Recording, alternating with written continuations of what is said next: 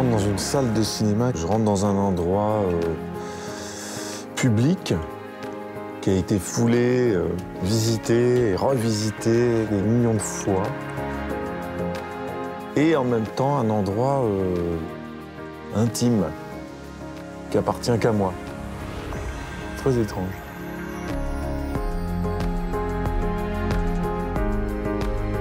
Il a accompagné nos vies de pellicule depuis les années 90. Ado et rebelle dans Le Péril jeune, dragueur et Bermuda dans Les Randonneurs, parisien et fort en gueule dans La vérité si je mens, aussi à l'aise au théâtre pour John Malkovich qu'au cinéma pour le duo Toledano-Nakache. Passé la cinquantaine, il remonte le fil de son cinéma intérieur. Richard Anconina s'acoquine avec Dustin Hoffman. Jennifer Connelly croise Le mari d'une coiffeuse. Prenez place, l'obscurité en fait de même. Voici la carte blanche de Vincent Elbaz. Et mon premier souvenir de salle de cinéma, c'est à la maison, ce petit projecteur que mes parents m'ont offert. Il me semble que c'est du 9 mm ou 8 mm, non, je confonds avec une arme à feu. C'est des petites bobines, vous savez, de 8 mm, voilà, merci. Et il y avait plein de films. Alors j'avais Zorro, en noir et blanc, muet, il n'y avait pas de son. Laurel et Hardy, Harold Lloyd, Chaplin. C'est mon premier souvenir de cinéma. Et plus tard, je me souviens des mardis cinéma d'Eddie Mitchell, qui diffusait tous les westerns, les Humphrey Bogart. Et mes parents enregistraient, dès qu'ils ont pu acheter un magnétoscope, ils enregistraient le ciné-club et mardi cinéma. Et donc, on a fini par avoir un placard, je me souviens de ce meuble en bois, qui était un garde-manger de cinéma. Il y avait 300 cassettes VHS. Voilà, ça allait des westerns de Ford au Hitchcock, en passant par les films noirs américains de gangsters, les Humphrey Bogart, le cinéma français. Il y avait quelques classiques, les Renoir, Carnet, les Duvivier. Ce meuble, il ressemblait à... C'était juste une commode avec un placard qu'on ouvre, mais... Pour moi, c'était comme aller chercher une nourriture dont j'avais besoin, qui est la fiction, je pense.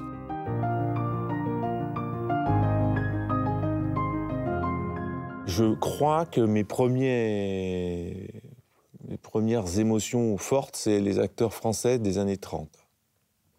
Donc, il y avait Jouvet, Simon, Pierre Brasseur, Harry Bor. Parce que je me souviens de Volpone, par exemple. Volpone, je l'ai vu 50 fois, Volpone. Et c'était Harry Bor.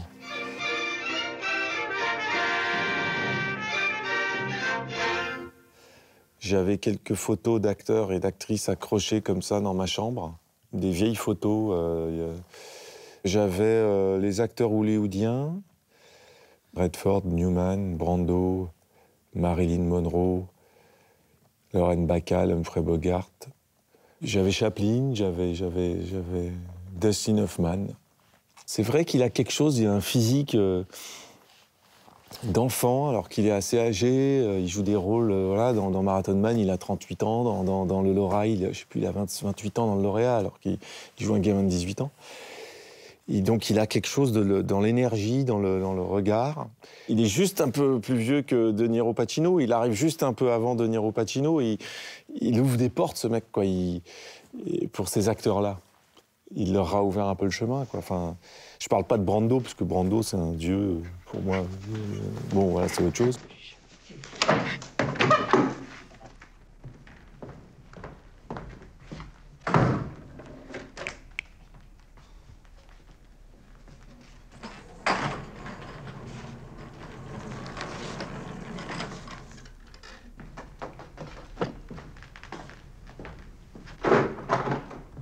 Il y a une certaine théâtralité, quoi. Ça se met en place, hein. On voit bien que ça se met en place. On va assister à une scène de torture. On va toucher au corps. En tant que spectateur, c'est terrifiant. Dès qu'on touche au corps, dès qu'on torture, on est dans après la Deuxième Guerre mondiale, si vous voulez, toucher au corps, bon voilà, il y a un truc... Et là, tu as Laurence Olivier, effectivement, qui rentre.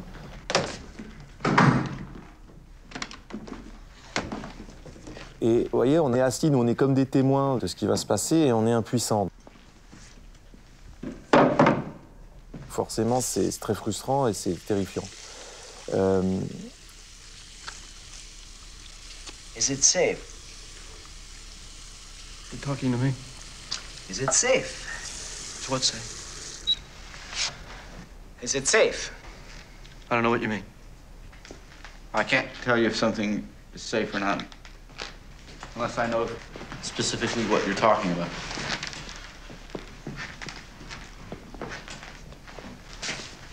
Is it safe? Tell me what the it refers to. Is it safe? Yes, it's safe. It's very safe. It's so safe you wouldn't believe it. Ce plan-là, Is it safe? c'est le point de vue de Dustin Hoffman. Et c'est Dustin Hoffman qui dit au réalisateur, mais tu sais, là, je suis assis, ce que je vois est terrifiant, en fait. Et ce rapport-là, il n'y a que l'acteur qui peut le voir. Le metteur en scène ne l'avait pas vu. Et donc, il vient regarder. Et il dit, mais t'as raison, on va mettre la caméra là.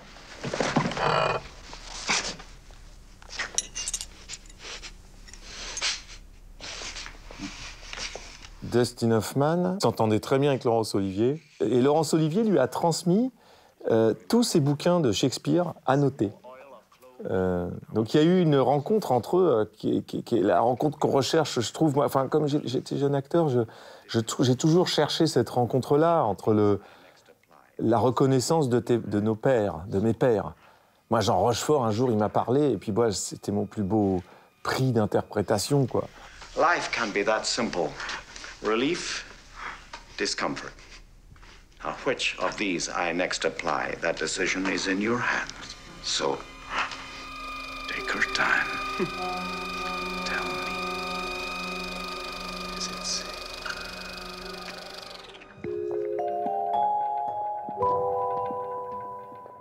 C'est un peu un mystère. Je me suis réveillé un matin, je savais ce que je voulais faire. Je me souviens très bien, je me lève le matin, j'avais 13 ans et je voulais devenir acteur. Je voulais devenir comédien, en fait. Je n'imaginais pas forcément faire du cinéma, mais voilà. Donc mes parents me conseillent d'aller prendre un cours de théâtre quand même pour essayer. Et je suis très déçu du premier cours de théâtre. Ça ne correspond pas à l'image que j'avais d'un prof de théâtre. C'était une bonne femme avec un accordéon, rondouillarde, rigolote. Ça m'a déçu. Jusqu'au jour où je rentre dans le cours Florent, chez une grande actrice qui s'appelle Joséphine de Rennes, qui était chez Ariane Mouchkine pendant 20 ans, qui est une grande actrice qui a joué dans Molière, le film de Mouchkine. Et je ne passe pas sur scène. Moi, voilà, ça dure 1 mois, 2 mois, 3 mois, 4 mois. Au bout d'un moment, elle me dit, il va falloir que tu passes sur scène, sinon tu ne pourras pas rester dans ma classe, quoi. Tu ne peux pas juste regarder, quoi. J'étais tétanisé, j'avais peur. Et là, il y a un déclic. Il y a un déclic. Ouais. You're going to bed early.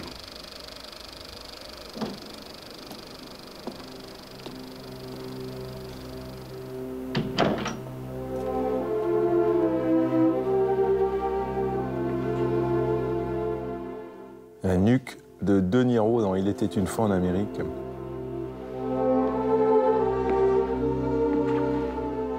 Et cette réplique, qui est pour moi une des plus belles répliques du cinéma de tous les temps, c'est mais qu'as-tu fait pendant toutes ces années?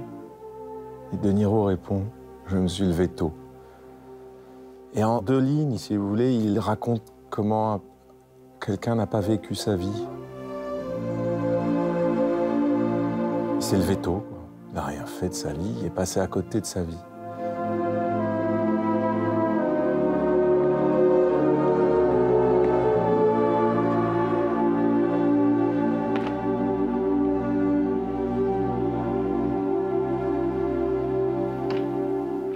Et alors, cette scène, elle est magnifique, là, parce qu'effectivement, il revient sur les lieux de son enfance.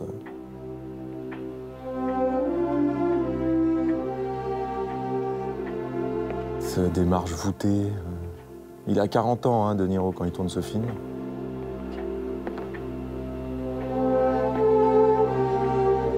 Ce film est une symbiose de tout ce que j'aime au cinéma. Il y a de la démesure, il y a les gangsters, c'est-à-dire les grands conflits intérieurs shakespeariens.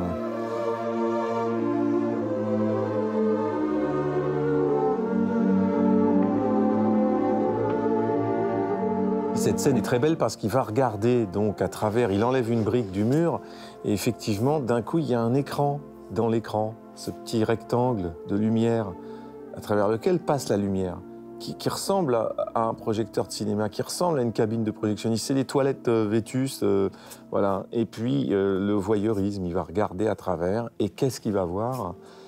Eh bien, il va revoir toute sa vie. Donc on est au cinéma.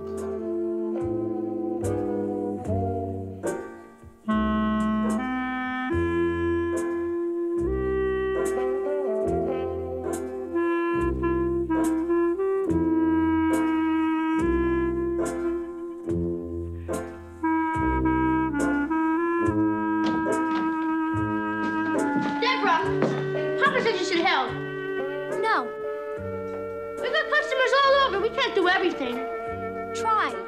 I've got my elocution lessons.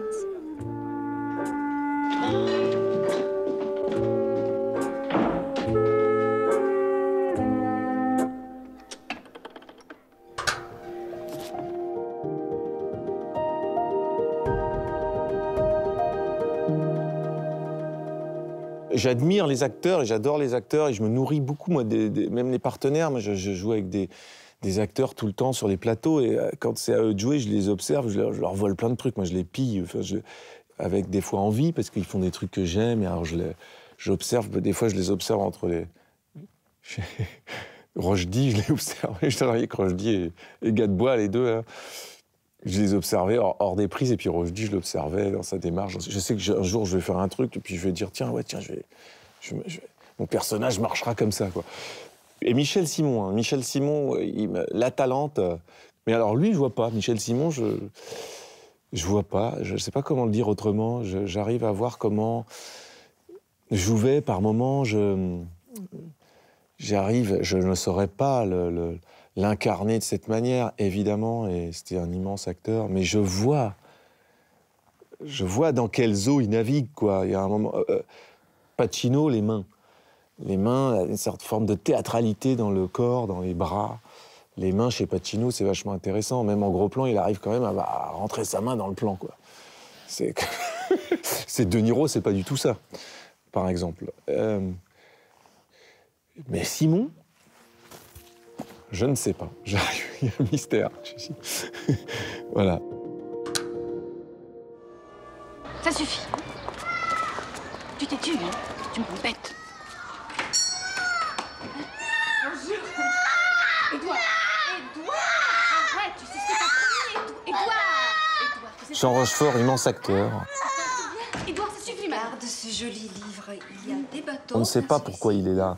Dans cette scène, il regarde ce môme qui arrive. Tu vois comme elle est gentille, la dame? Hein, Édouard, elle te prête ses livres. Toi aussi, t'es gentil, Édouard, oui?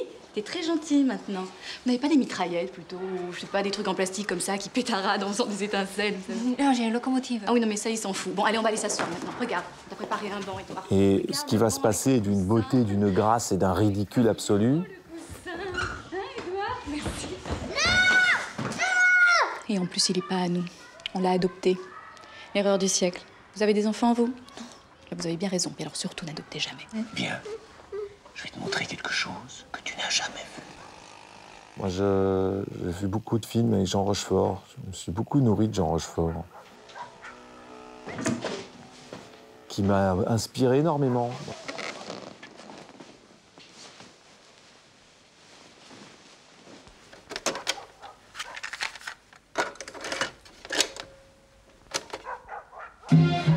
Et là,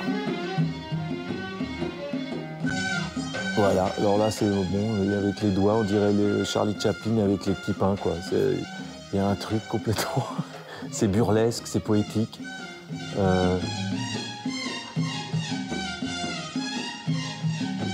Il est génial, quoi. Il n'y a pas de dialogue, il n'y a rien.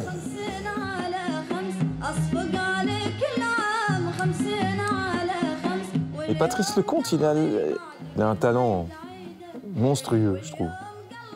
D'abord, de donner cette place à l'acteur. Alors, il faisait un duo avec Jean Rochefort, bon, exceptionnel, hein, parce qu'ils en ont fait plusieurs des films ensemble.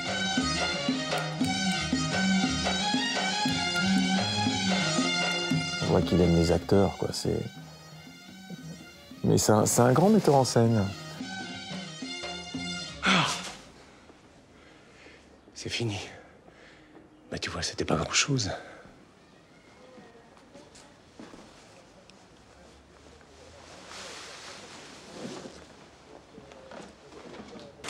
Au revoir. Au revoir. Au revoir. Au revoir. Au revoir.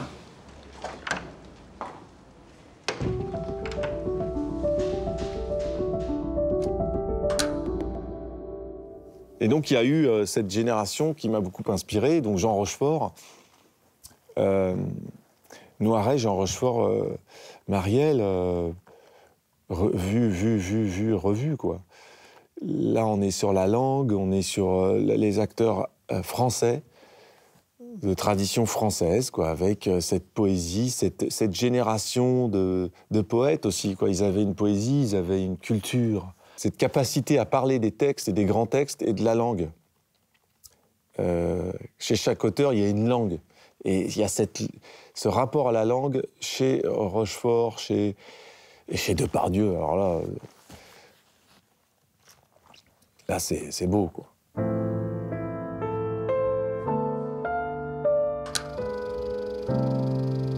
Et ta punk?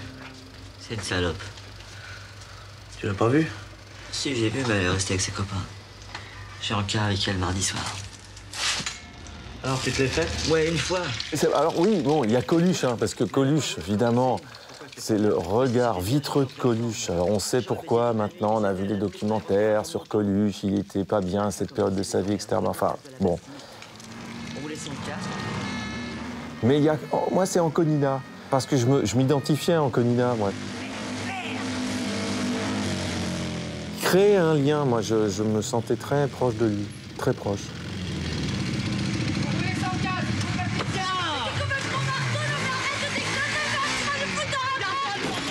Alors, il a le physique de Pacino, c'est vrai. On l'a comparé à Pacino, mais c'est pas Pacino. Il n'a pas cette théâtralité de Pacino.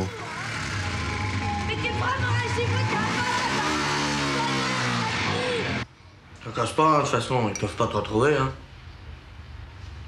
Mais elle a joui, je suis sûr. Anconina, il joue, il parle tout doucement, il est tout timide, il est... Dans le chapeau en pantin, il est bouleversant, moi, je trouve. Et je peux te dire un truc? Oui, ce que tu veux, mon gars, vas-y. Je suis pas barman. Ah ouais? Je vends de la cam.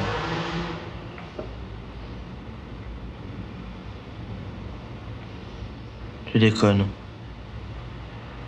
Tu me crois pas? Bah si, je te crois. T'es trafiquant, quoi, tu vends de la drogue. Il est très réaliste, il a... contrairement, pour le coup, à Marielle, Noiret, Rochefort, même Depardieu. Mais lui, Anconina, il arrive avec quelque chose je trouve, de nouveau. Prends bien le temps de mourir.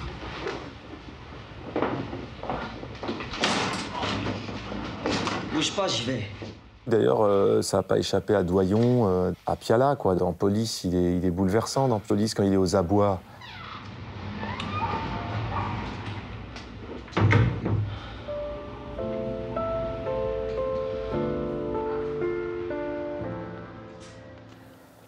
Et mon acteur préféré, c'est Meryl Streep. Hein. Je sais pas, Picasso, c'est unanime, non? Je connais pas beaucoup de gens qui aiment pas Picasso ou qui trouveraient ça, ou qui disent ouais, Non, il n'y a pas de talent derrière, il n'y a pas de génie derrière Picasso. Même celui qui n'aime pas le cubisme, il reconnaît que là, Picasso, ça parle à tout le monde. Mais Meryl Streep, dans le jeu de l'actrice, et Gina Roland, elles ont poussé quand même assez loin. Bette Davis me touche. Par exemple, Bette Davis, c'est une gueule. Voilà, il y a un truc. Bette Davis, elle a été une des premières actrices avant Gina Roland et Meryl Streep que j'ai découvert et qui m'a bouleversé et qui m'a. Le travail d'acteur me fascinait. Je voyais les photos de Bette Davis, je la reconnaissais pas dans le rôle. Ça me fascinait.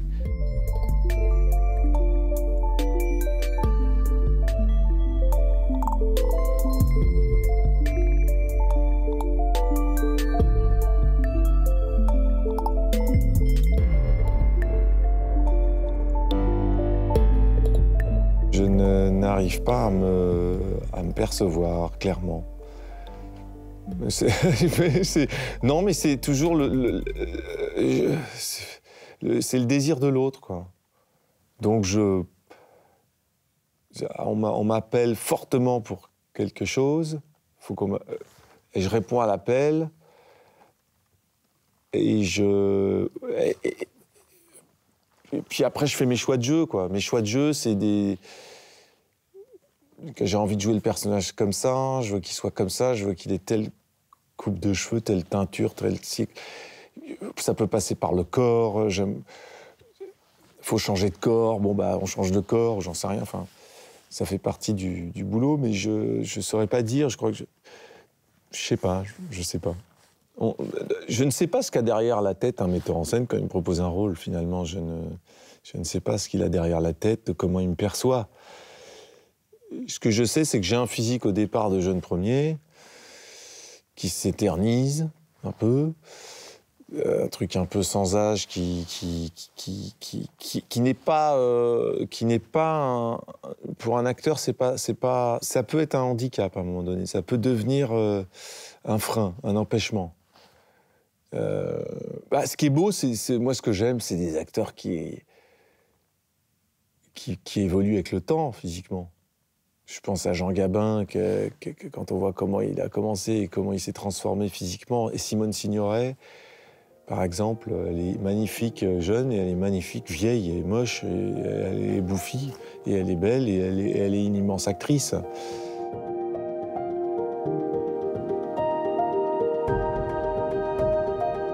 Voilà, c'est fini. Oh non, encore 5 minutes, pitié. Pitié, maman, encore 5 minutes. Bon, d'accord, allez, 5 minutes. J'ai choisi ce film parce que c'est un film qui mélange les genres. Et ça, c'est rare. C'est rare dans le cinéma français.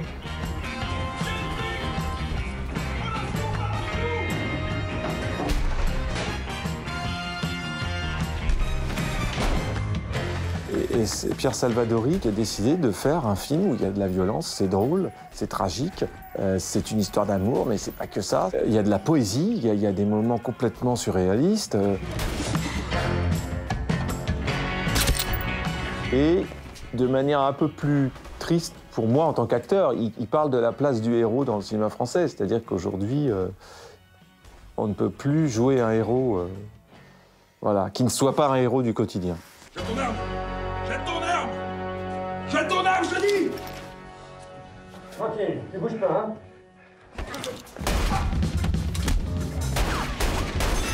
Un infirmier, c'est un pompier. C'est quelqu'un qui se lève dans un train pour affronter un terroriste alors qu'il n'a pas d'armes. Et voilà, c'est ça un héros aujourd'hui. Donc c'est vrai que ce cinéma des années 70, avec Belmondo, avec Delon, avec Steve McQueen, il n'est plus possible, probablement, c'est vrai.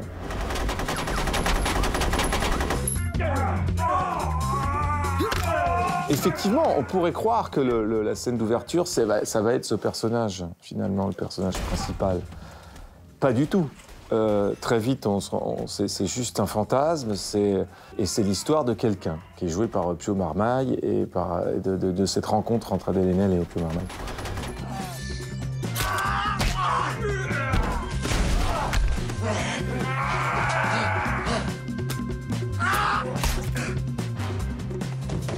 Donc le héros est forcément... Je me souviens de ce moment où je saute.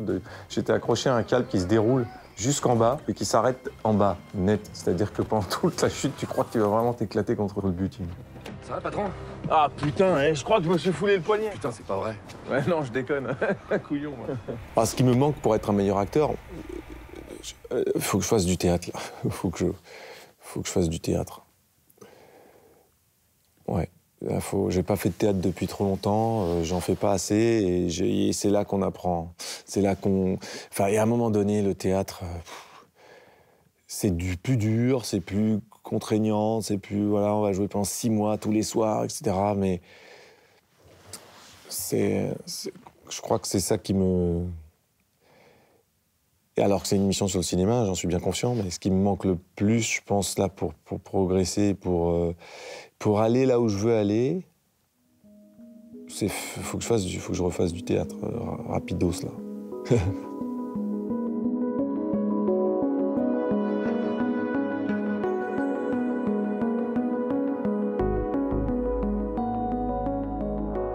Alors, je sais que ça peut paraître surprenant, parce que l'histoire est triste à mourir, c'est Kramer contre Kramer.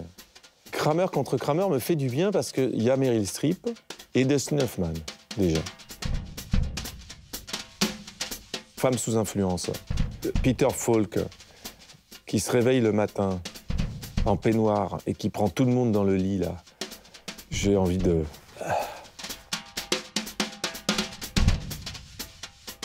Alors, il était une fois en Amérique, pas parce que je l'ai offert des dizaines de fois, c'est parce que je l'ai offert dans les versions différentes, c'est vrai. La grande illusion. J'ai honte, hein. J'aime l'esthétique de ce film. J'adore Michel Piccoli, évidemment. Le mépris. Et j'ose pas dire que j'aime pas. Je dis rien. Non, il y a la fin. Alors, c'est la fin de 2001, l'Odyssée de l'espace. Je sais pas s'il se transforme en matière ou s'il lui-même devient une énergie. Il a été capturé par des aliens, donc c'est le chemin de retour. Et je comprends... Mary Poppins ou le Kid de Chaplin. Le parrain, le baiser au frère. C'est-à-dire ça dit tout sur la fratrie. Ouais, Fredo. Ouais. Sur ce que Lacan disait de la fratrie, c'est l'amour. C'est animal.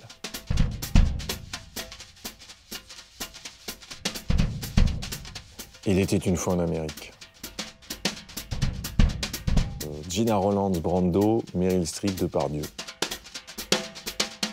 Bah, on a un acteur qui débute, quoi, qui a la vie devant lui. La dernière scène d'Elle était une fois en Amérique.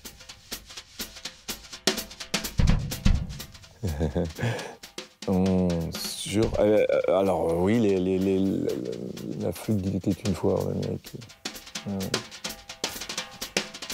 C'est pas une flûte d'ailleurs, c'est le pipeau. Non, c'est pas le pipeau. C'est quoi ce truc? Flûte de Pan, merci.